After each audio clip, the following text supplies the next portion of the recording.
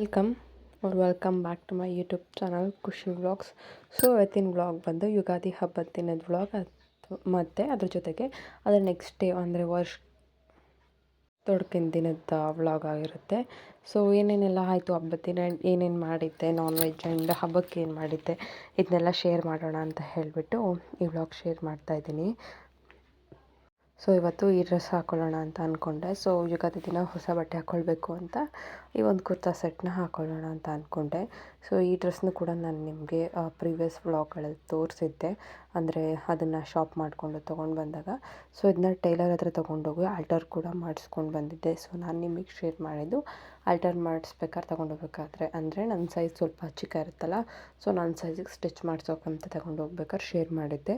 So ಇವತ್ತು ಈ dress ಹಾಕ್ಕೊಳ್ಳೋಣ ಅಂತ. ಆ್ಯಂಡ್ ಇದು ಟಾಪ್ ಮತ್ತು ಇದಕ್ಕೊಂದು ಪ್ಯಾಂಟ್ ಇದು, ಆ್ಯಂಡ್ ಅದಕ್ಕೆ ಒಂದು ದುಪಟ್ಟ ಇದೆ. ಆ್ಯಂಡ್ ಪಾಪುಗೂ ಕೂಡ ಹೊಸ ಬಟ್ಟೆ ಹಾಕ್ತೀನಿ. ಆ್ಯಂಡ್ ನಾರ್ಮಲಾಗಿ ಹಬ್ಬದ ದಿನ ಹೊಸ ಬಟ್ಟೆನಲ್ವಾ ಹಾಕೋದು, ಸೊ ಅವನಿಗೂ ಕೂಡ ಹೊಸ ಬಟ್ಟೆ ತೊಗೊಂಡು ಬಂದಿದ್ದೆ. ಸೊ ನನಗಿದೇ ಇತ್ತಲ್ಲ ಅಂತ ಹೇಳಿಬಿಟ್ಟು ಇವನ್ನೇ ಇಟ್ಕೊಂಡಿದ್ದೆ. ಆ್ಯಂಡ್ ನನ್ನ ಬರ್ಡೇ ಇದೆ ನಾಡಿದ್ದು, ಸೊ ಅದಕ್ಕೆ ಅಂತ ಹೇಳಿಬಿಟ್ಟು ಒಂದು 3 ಪೇರ್ ಕುರ್ತಿ ಸೆಟ್ಸ್ನ ತೊಗೊಂಡು ಬಂದಿದ್ದೀನಿ. ಆ್ಯಂಡ್ ಇದಕ್ಕೆ ಜ್ಯುವೆಲ್ರಿನ ನಾನು ಈ ಜುಮ್ಕಿ ವೇರ್ ಮಾಡ್ತಾಯಿದ್ದೀನಿ. ಸೊ ಇದು ಜುಮ್ಕಿ ಯಾವುದಂದರೆ ಗ್ರೀನ್ ಬಿಟ್ಸ್ ಹಾರ, ಅದನ್ನು ತೋರಿಸಿದ್ದೆ ನಾನು ಒಂದು ಸಲ. ಸೊ ಆ ಹಾರದ್ದು ಜುಮ್ಕಿ ಇದು. ಸೊ ಆ ಡ್ರೆಸ್ಗೆ ಮ್ಯಾಚ್ ಆಗುತ್ತೆ. ಕೆಳಗಡೆ ಒಂಥರ ಬ್ಲೂ ಮತ್ತು ಗ್ರೀನ್ ಎರಡು ಮಿಕ್ಸ್ ಥರ ಒಂಥರ ಸ್ಟೋನ್ ಇದೆ ಅದರಲ್ಲಿ. ಸೊ ಅದು ಹಾಕಿದ್ರೆ ಚೆನ್ನಾಗಿ ಕಾಣುತ್ತೆ ಸಿಂಪಲ್ಲಾಗಿ ಅಂತ ಹೇಳಿ ಅದೊಂದು ಜುಮ್ಕಿ ವೇರ್ ಮಾಡ್ತಾಯಿದ್ದೀನಿ. ಅದಕ್ಕೆ ಚೈನ್, ಅಂದರೆ ಕತ್ತಕ್ಕೆ ಚೈನ್ ಏನು ವೇರ್ ಮಾಡ್ತಾಯಿಲ್ಲ, ಅದನ್ನು ವೇರ್ ಮಾಡ್ತಾಯಿದ್ದೀನಿ. ಸೊ ಪಾಪು ಎದ್ದೇಳೋ ಅಷ್ಟರಲ್ಲಿ ನಾನು ಅಂದರೆ ಅಡುಗೆ ಕೆಲಸಗಳನ್ನೆಲ್ಲ ಮುಗಿಸೋಣ. ಸೊ ಅವನು ಎದ್ದ ಮೇಲೆ ಅವನಿಗೆ ಎಣ್ಣೆ ಸ್ನಾನ ಮಾಡಿಸೋಣ ಅಂತ ಅಂದ್ಕೊಂಡು ಬೆಳಗ್ಗೆ ಬೇಗನೆ ರಂಗೋಲಿ ಬಿಡಿಸಿದ್ದೆ. ಸೊ ನಾನು ಅಷ್ಟಾಗಿ ಜಾಸ್ತಿ ಬಿಡಿಸೋದಿಲ್ಲ, ಏನಾದರೂ ಹಬ್ಬದ ದಿನ ಸಿಂಪಲ್ಲಾಗಿ ಹಾಕ್ಕೊಳ್ತೀನಿ. ಬಿಕಾಸ್ ನನಗೆ ಅಷ್ಟು ಇಂಟ್ರೆಸ್ಟ್ ಇಲ್ಲ, ಆ್ಯಂಡ್ ನನಗಷ್ಟು ಟೈಮ್ ಕೂಡ ಇರೋದಿಲ್ಲ. ಸೊ ಯಾವ್ದು ಕ್ವಿಕ್ಕಾಗಿ ಆಗುತ್ತಲ್ಲ ಅದನ್ನು ಮಾಡ್ಕೊಳ್ತೀನಿ. ಸೊ ಅದಾದಮೇಲೆ ಉಸ್ಲು ಪೂಜೆ ಕೂಡ ಮುಗಿಸಿ ನಂತರ ಪಾಪು ಎದ್ದ ಬಿಸಿಲು ಮೇಲೆ ಎಣ್ಣೆ ಹಚ್ಚಿಸ್ತಾ ಇದ್ದೀನಿ. ನೀನಚ್ಚು ಕರಿಮಜ್ಜಿಗಚ್ಚು, ನೀನಚ್ಚು, ನೀನು ಕರಿಮಜ್ಜಿಗೆ ನೀನಚ್ಚು, ಅಜ್ಜಿಗಚ್ಚು, ಅಜ್ಜಿಗಚ್ಚು, ನೀನು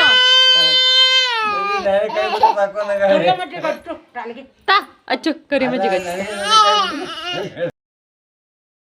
ಸೊ ನಾನು ಎಣ್ಣೆ ಹಚ್ಚಲಿಲ್ಲ ಅವನಿಗೆ. ಸೊ ಅವ್ರ ಕೈಲಿ ಹಚ್ಚಿಸ್ತೆ ಅಂತ ಹೇಳಿಬಿಟ್ಟು ಎಣ್ಣೆ ಹಚ್ತಾ ಪೂರ್ತಿ ಹೇಳೋದಕ್ಕೆ ಶುರು ಮಾಡಿಬಿಟ್ಟ. ಅಂದರೆ ಅಜ್ಜಿದಿರು ನಾರ್ಮಲಾಗಿ ಅವ್ರು ಸ್ವಲ್ಪ ರಫಾಗಿ ಅಲ್ವಾ ಮಸಾಜ್ ಮಾಡೋದು. ಸೊ ಪಕ್ಕದ ಮನೆ ಅಜ್ಜಿ ಕೈಲಿ ಇವತ್ತು ಎಣ್ಣೆ ಹಚ್ಚಿಸಿದ್ದು.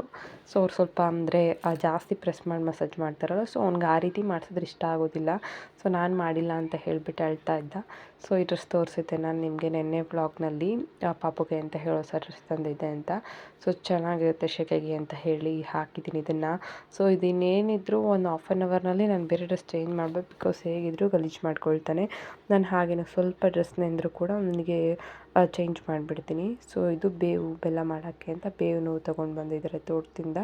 ಸೊ ಅದನ್ನೆಲ್ಲ ಹೂವೆಲ್ಲ ಬಿಡಿಸಿ ಸ್ವಲ್ಪ ಬೆಲ್ಲದ ಪುಡಿ ಹಾಕಿದ್ದೀನಿ. ಅದಕ್ಕೆ ನಾರ್ಮಲ್ ಆರ್ಗ್ಯಾನಿಕ್ ಬೆಲ್ಲ ಬರುತ್ತಲ್ಲ, ಉಂಡೆ ಬೆಲ್ಲಕ್ಕಿಂತ ಈ ರೀತಿ ಪುಡಿನೇ ಚೆನ್ನಾಗಿರುತ್ತೆ. ಸೊ ಹಾಕಿಟ್ಟಿದ್ದೀನಿ. ಆ್ಯಂಡ್ ಎಲ್ರಿಗೂ ಕೂಡ ಕೊಟ್ಟೆ ಅದನ್ನು ಮಾಡಿದ ನಂತರ. ಸೊ ಹಬ್ಬಕ್ಕೆ ಏನು ಮಾಡಿದ್ದೀನಿ ಅಂದರೆ ಕಾಳು ಗೊಜ್ಜು ಮಾಡಿದ್ದೀನಿ, ಒಬ್ಬಟ್ಟು ಮಾಡಿದ್ದೀನಿ, ಬಜ್ಜಿ ಮಾಡಿದ್ದೀನಿ, ಹಾಗೆ ಒಬ್ಬಟ್ಟು ಸಾಂಬಾರು ಮಾಡಿ ಅನ್ನ ಮಾಡಿದ್ದೀನಿ. ಸೊ ಇಷ್ಟು ಮಾಡಿದ್ದೀನಿ. ಅಂದರೆ ಪಾಪನ ಇಟ್ಕೊಂಡು ಇಷ್ಟೆಲ್ಲ ಮಾಡೋದು ಕಷ್ಟ. ಆ್ಯಂಡ್ ಒಬ್ಬಟ್ಟು ನಾನು ಮಾಡಲಿಲ್ಲ, ಎಲ್ಲ ರೆಡಿ ಮಾಡಿಟ್ಟಿದ್ದೆ. ಆ್ಯಂಡ್ ನಮ್ಮ ಅತ್ತೆ ಅಂದರೆ ಒಬ್ಬಟ್ಟು ತಟ್ಟೋದು ಅಂತಾರ ಅದು ತಟ್ಟು ಕೊಟ್ಟರು. ಆ್ಯಂಡ್ ಮಿಕ್ಕಿದ್ದನ್ನೆಲ್ಲ ನಾನೇ ಮಾಡಿಕೊಂಡೆ. ಬಿಕಾಸ್ ಅಷ್ಟರಲ್ಲಿ ಪಾಪು ಅಳೋದಕ್ಕೆ ಶುರು ಮಾಡ್ದೆ.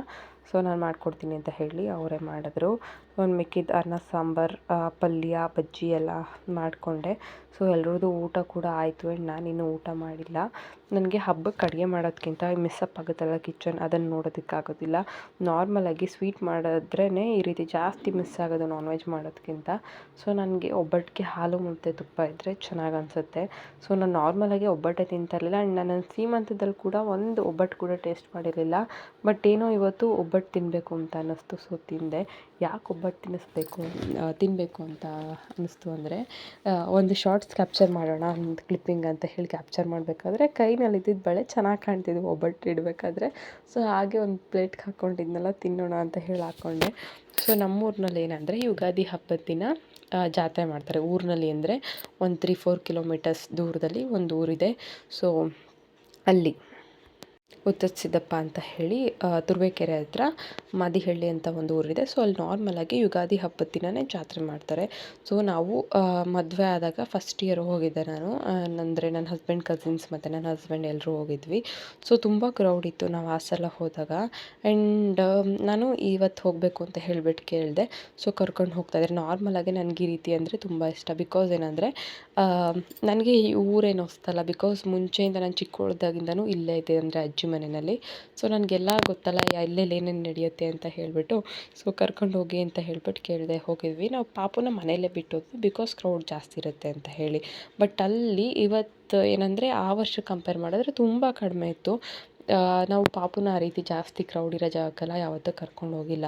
ಸೊ ಬೇಡ ಅಂತ ಹೇಳಿಬಿಟ್ಟು ಅವ್ರ ಅಜ್ಜಿ ತಾತನ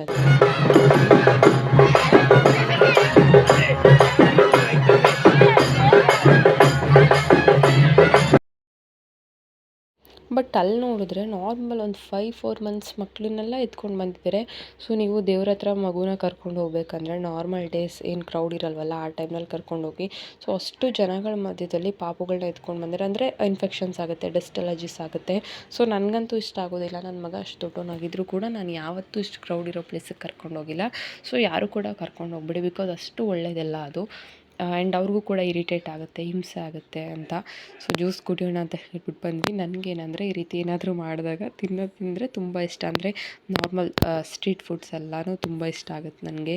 ಸೊ ಈ ಜಾಗಕ್ಕೆ ಮುಂಚೆ ಅಜ್ಜಿ ತಾತನ ಜೊತೆ ಬರ್ತಾಯಿದ್ದೆ ಚಿಕ್ಕವಳಿದ್ದಾಗ. ಪ್ರತಿ ವರ್ಷ ಅಂದರೆ ಊರಿಗೆ ರಜಕ್ಕೆ ಬಂದಾಗ ಸಮ್ಮರ್ ಹಾಲಿಡೇಸ್ನಲ್ಲಿ ಪ್ರತಿ ವರ್ಷ ಕರ್ಕೊಂಡು ಬರ್ತಿದ್ರು. ಸೊ ಹಳೆ ನೆನಪುಗಳೆಲ್ಲ ನನ್ನ ಕಸಿನ್ಸ್ ಜೊತೆ ಅಂದರೆ ನಮ್ಮ ಮಾವನ ಮಕ್ಕಳ ಜೊತೆ ಬರ್ತಿದ್ದೆ. ನನ್ನ ತಂಗಿದಿರೋ ನಮ್ಮ ಮನೇಲಿ ನಮ್ಮಮ್ಮ ಅಣ್ಣ ತಮ್ಮ ಎಲ್ಲರೂ ನಾವು ಹೆಣ್ಮಕ್ಳೇ 5 ಜನನೂ. ಎಲ್ಲರೂ ನನಗಿಂತ ಚಿಕ್ಕವರಲ್ವ, ನನ್ನ ತಂಗಿದಿರಲ್ಲ, ಎಲ್ಲರೂ ಕರ್ಕೊಂಡು ಬರ್ತಾಯಿದ್ವಿ.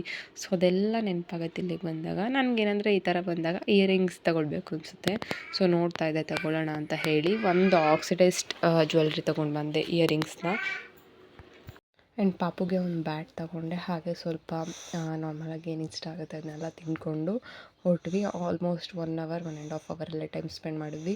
ಪಾಪುನ ಮನೇಲಿ ಬಿಟ್ಟು ಬಂದಿದ್ದೆ ಒಳ್ಳೆಯದಾಯಿತು. ಬಿಕಾಸ್ ಲೇಟ್ ಆಯ್ತಲ್ವ ನಾವು ಹೊರಟಿದ್ದು. ಸೊ ಗಾಡಿನಲ್ಲಿ ಬಂದಿದ್ವಿ. ಬಿಕಾಸ್ ಕಾರ್ನಲ್ಲಿ ಇಲ್ಲಿ ಬರೋದಕ್ಕಾಗೋದಿಲ್ಲ, ಅಂದರೆ ಕ್ರೌಡ್ ಜಾಸ್ತಿ ಇರುತ್ತೆ ಅಂತ ಹೇಳಿ. ಬಂದರೂ ಕೂಡ ತುಂಬ ಹಿಂದೆಯೇ ನಿಲ್ಲಿಸ್ಬಿಟ್ಟು ಬರಬೇಕಾಗತ್ತೆ. ಸೊ ಅದರಿಂದ ಗಾಡಿನಲ್ಲೇ ಬಂದಿದ್ವಲ್ಲ. ಸೊ ಹೋಗೋದು ಕೂಡ ಲೇಟ್ ಆಯಿತು. ಬಿಕಾಸ್ ನಮಗೆ ಟೌನಲ್ಲಿ ಸ್ವಲ್ಪ ಕೆಲಸ ಇತ್ತು. ಸೊ ಟೌನ್ಗೆ ಹೋಗಿ ಅಂದರೆ ತುರುವೇಕೆರೆಗೆ ಹೋಗಿ ಅಲ್ಲಿಂದ ಹೋಗಬೇಕಿತ್ತು. ಸೊ ಇವತ್ತು ಕೂಡ ಹಾಗೆಯೇ ನಾನು ಹೋದ ವ್ಲಾಗ್ನಲ್ಲಿ ಹೇಳಿದ್ನಲ್ಲ, ಟೈಮ್ ಸಿಗಲಿಲ್ಲ ರೆಡಿಯಾಗಿದ್ದು ಕೂಡ ವ್ಲಾಗ್ ಮಾಡೋಕ್ಕೆ ಅಂತ ಹೇಳಿ. ಸೊ ಇವತ್ತು ಕೂಡ ಹಾಗೆ ಆಯಿತು. ಸೊ ಹಾಗಾಗಿ ಸ್ವಲ್ಪ ಕ್ಲಿಪ್ಪಿಂಗ್ಸ್ನ ಮಾತ್ರ ಆ್ಯಡ್ ಮಾಡಿದ್ದೀನಿ. ಸೊ ಇದೊಂದು ಜ್ಯೂಸ್ ಅಂದರೆ ಜಾಲ್ರಿ ಮತ್ತು ಪಾಪುಗೊಂದು ಬ್ಯಾಟ್ ಬಾಲ್ ತೊಗೊಂಡು ಹಾಗೆ ಸ್ವಲ್ಪ ಟೌನ್ಗೆ ಹೋಗಿ ಕೆಲಸ ಇತ್ತು, ಅಲ್ಲಿಗೆ ಹೋಗಿ ಆ್ಯಂಡ್ ನೆಕ್ಸ್ಟು ಮನೆಗೆ ಹೋದ್ವಿ.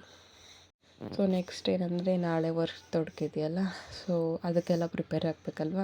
ಅದರಿಂದ ಅಂದರೆ ನಮ್ಮ ಕಡೆ ತುಂಬ ಜೋರಾಗೇನೋ ಬ್ಯಾಟ್ ಎಲ್ಲ ಕಿತ್ತಾಕು ಅಂತ ತಂದುಕೊಟ್ರೇನಪ್ಪ ನಿನಗೆ? ಹಾಂ, ನಿನ್ನೆ ಸಂಜೆ ಇನ್ನೂ ತಂದುಕೊಟ್ಟೈತೆ. ಇಷ್ಟು ಬೇಗ ಹಿಂಗೆ ಮಾಡಿದೆಯಲ್ಲಮ್ಮ? ಹಾಂ ಜಾಣು ಜಾಣು